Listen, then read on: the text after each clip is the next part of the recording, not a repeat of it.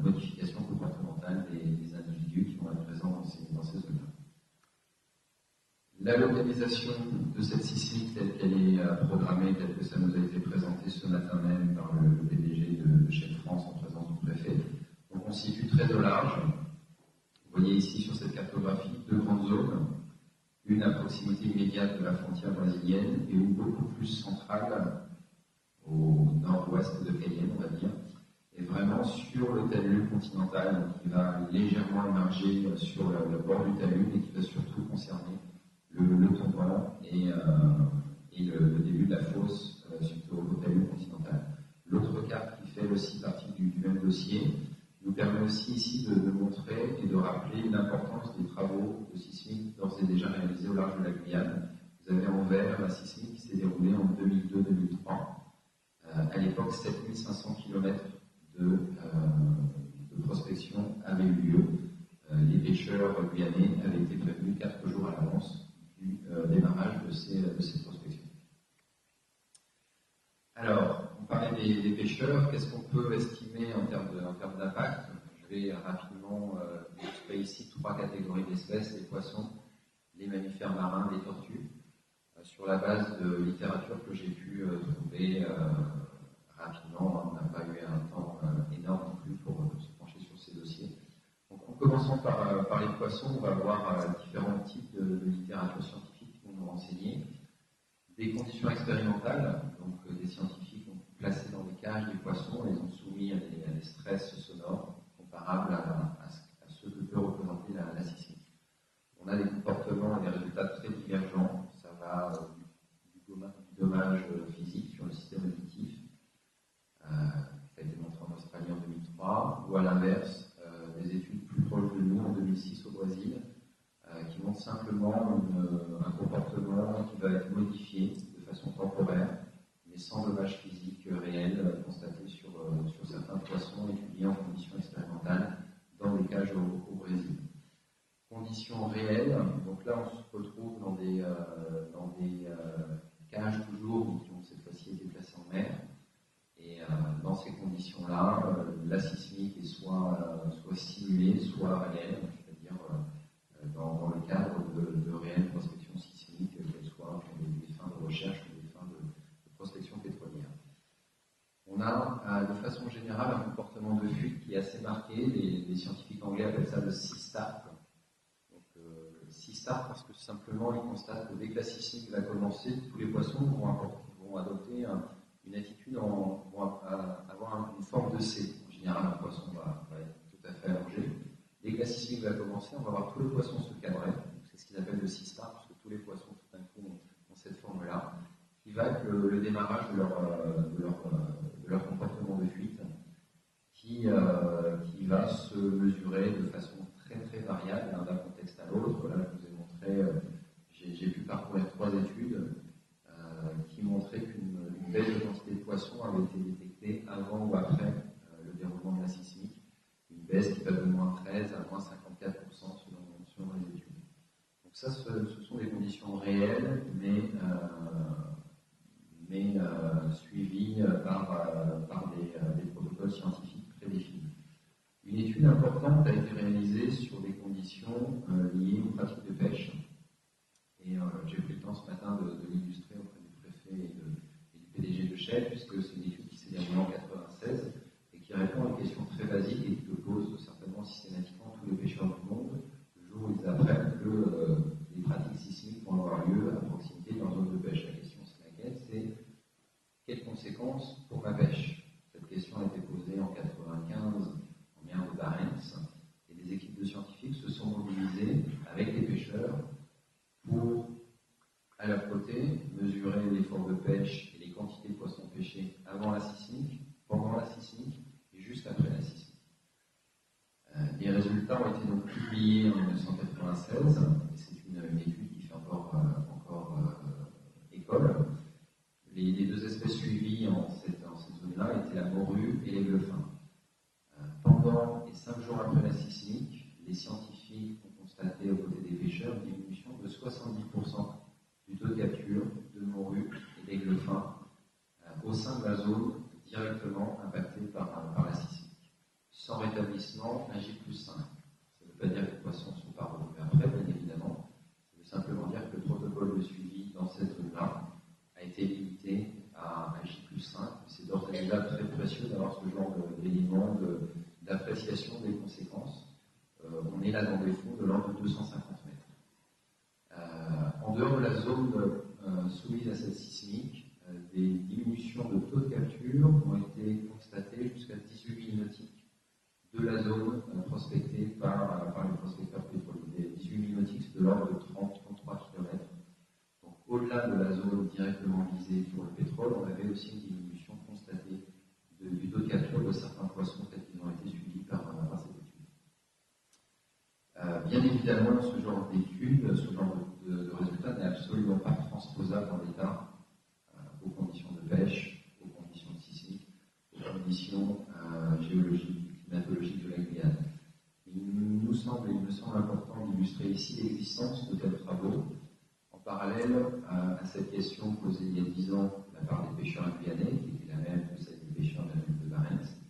Et ce matin même, on a pu constater à nouveau l'absence de réponse concrète apportée aux socioprofessionnels de la pêche, que ce soit de la part de la compagnie, que ce soit de la part de l'État, tout simplement parce que dans des conditions proches des conditions de pêche de la Guyane, aucun travail de ce type n'a été mené jusqu'à présent. On est à 5 semaines du redémarrage éventuel du travail sismique au large de la Guyane. Autre catégorie d'espèces potentiellement concernées par la sismique, les mammifères marins. Alors là, on peut enlever le potentiellement concerné. On sait, ça a été démontré partout dans le monde, que les mammifères marins sont directement dépendants des ondes sonores pour leur vie quotidienne, que ce soit pour la reproduction, pour leur localisation, pour leur alimentation. Donc il n'y a aucun doute sur le fait qu'en présence de mammifères marins et en présence d'activités sismiques, un impact a lieu. Le principe n'est plus discuté. Ce qui reste bien sûr à discuter, c'est le niveau de cet impact et bien sûr les méthodes pour éventuellement limiter ce type d'impact. Alors, quel type d'impact? On a encore une fois une gamme très variable. Ça va être un comportement de fuite, ça va être un comportement de gel, jusqu'à des cas de mortalité avérés, notamment pour des espèces très mal connues qui sont les baleines à bec, qui sont des espèces qui sont typiquement inféodées aux talus continentaux. Donc, ce sont des espèces qu'on ne voit jamais sur les plages, sauf en cas de mortalité, comme c'est illustré ici. Ces espèces sont tellement mal connues que l'une d'entre elles n'est connue que d'un échouage. On n'a jamais vu l'espèce en vie, mais on sait qu'elle existe tout simplement parce qu'un jour, un individu de ces baleines à bec est venu s'échouer sur une plage sud-africaine. On sait que ces espèces sont particulièrement sensibles à ce genre de dérangement jusqu'à quelques dizaines de kilomètres des zones sismiques, avec un impact qui n'était pas connu jusqu'à quelques années, qui est des impacts liés très proches de ce qu'on appelle les accidents de décompression pour les plongeurs humains.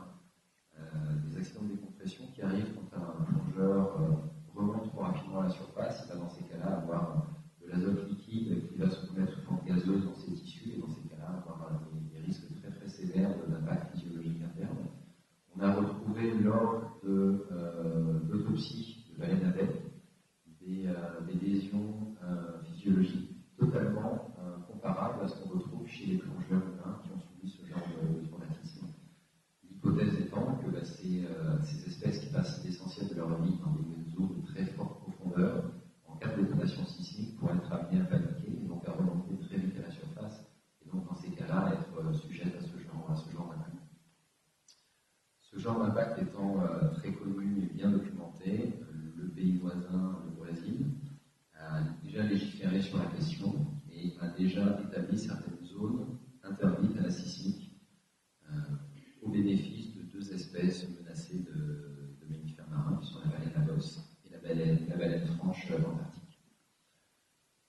L'autre grande catégorie d'espèces que l'on connaît tous beaucoup mieux, ce sont les tortues marines. Alors ici, je vous livre ici un article qui fait aussi référence au moins dans vos esprits, qui était un petit mot que le magazine économique d'Expansion avec Rubon publié en janvier 2003, en annonçant semble qu'en Guyane, des pétroliers a mis des tortues travailler, puisque la phase originale de leurs travaux, c'était justement de s'assurer de ne jamais travailler au large de la Guyane en présence et pendant les saisons de ponte des tortues marines. Alors c'était bien sûr un scoop pour nous, puisque nous étant basés en Guyane, on était nullement informés de ce genre d'opération, et encore moins informés de ces grandes précautions annoncées au travers de ce genre de grandes revues économiques largement lues au niveau métropolitain. Les impacts sur la tortue marine sont moindres si on compare aux mammifères marins, par contre ils sont là aussi connus. On se pose au jour d'aujourd'hui la question d'une réactivité particulière chez la tortue, qui, contrairement aux autres espèces, n'est pas recouverte d'écailles, qui pourrait avoir un sens de l'audition plus prononcé que les tortues à écailles. On a là aussi des cas avérés de perturbations liées au son. On a aussi des cas avérés d'autres impacts qui n'étaient pas envisagés jusqu'à présent, qui sont des cas d'enmêlement de tortues marines dans les câbles sismiques, puisque vous l'avez vu sur le schéma précédent. Ces bateaux vont entraîner des kilomètres d'engins flottants qui sont potentiellement des pièges à tortues marines. Ça a été montré au large de certaines côtes africaines en 2002-2003. Certaines tortues se sont emmêlées dans ces câbles-là. Là encore, nos voisins du Brésil ne sont pas démunis d'un point de vue législation, puisqu'il existe dans certaines zones du territoire maritime brésilien des zones et des saisons interdites à la sismique au bénéfice des tortues marines. Et bien sûr, pour revenir à ce petit mot lié au pétrolier à nuit des tortues, si vous avez suivi le dossier depuis quelques années, vous vous souvenez peut-être que nous avions dû intervenir fortement fin 2005 pour rappeler à ces mêmes pétroliers que leur pratique sismique, déjà à l'époque, était sur le point de démarrer sans aucun accompagnement environnemental. Et le préfet à l'époque, sous notre pression, avait dû sommer la multinationale pétrolière d'arrêter immédiatement ces pratiques, notamment puisqu'à l'époque, aucune démarche en faveur des tortues marines n'avait été mise en place par ce consortium pétrolier, contrairement à ce qu'on avait pu lire 2 ans auparavant dans le magazine Expansion. Alors, où est-ce qu'on en est au jour d'aujourd'hui ? Du temps a passé, des travaux ont été menés par le consortium pétrolier, notamment sur les questions environnementales. On n'est plus qu'en fin 2005, où le dossier environnemental sur la Guyane parlait du ravitaillement entre Saint-Laurent-du-Maroni et Cayenne par bateau à vapeur. On n'en est plus là, on est sorti de la préhistoire en termes de dossier environnemental. On n'en est pas non plus au niveau d'une vraie étude d'impact, notamment lié au fait de la faiblesse du cadre législatif français. On a eu donc des travaux menés dans le cadre du consortium pétrolier pour mieux connaître les déplacements de la tortue olivâtre. Vous voyez ça ici. Ce qui a été utile, puisque vous voyez que jusqu'à présent, on pensait que la tortue olivâtre restait cantonnée au talus continental. Et on s'est rendu compte, en les équipant au suivi de balises Argos, que certaines d'entre elles étaient amenées à aller bien au-delà du talus continental. Là, on a une tortue qui a été embarquée dans un de ces fantastiques courants circulaires dont parlait Christian Rouget